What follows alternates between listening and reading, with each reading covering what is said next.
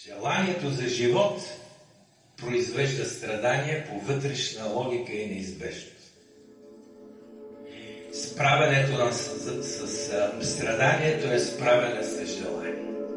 Това е прозрението на Гаутама под едно дърво. Един млад принц, който е шокиран от откритието да види, че в този свят има старост, има болест и има смърт. В едно мълниеносно прозрение си е дал сметка, че това е един катастрофирал свят в традицията на източното индийско умозрение, свят под знака на илюзията. Той не носи никаква онтологическа битийна достоверност в себе си. Той не е. Той е илюзорен, сънподобен. Страданието обаче е реално.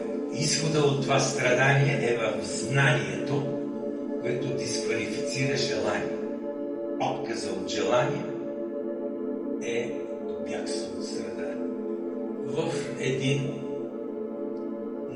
изход, наречен нирвана, като означава угасване. Угасване на тъмно на желанието, което означава и на човешката индивидуалност, защото желанието индивидуализира. Всички в буддийската перспектива са илюзорни същества, доколкото са индивидуализирани. И в последна сметка, през цикъла на техните безконечни или крайни прераждания, ще трябва да угаснат в непостижимата нирвана, която представлява покой, надвишаващ всеки някаква спасителна истина, на която ние не знаем образ. Това е много радикално. Няма друго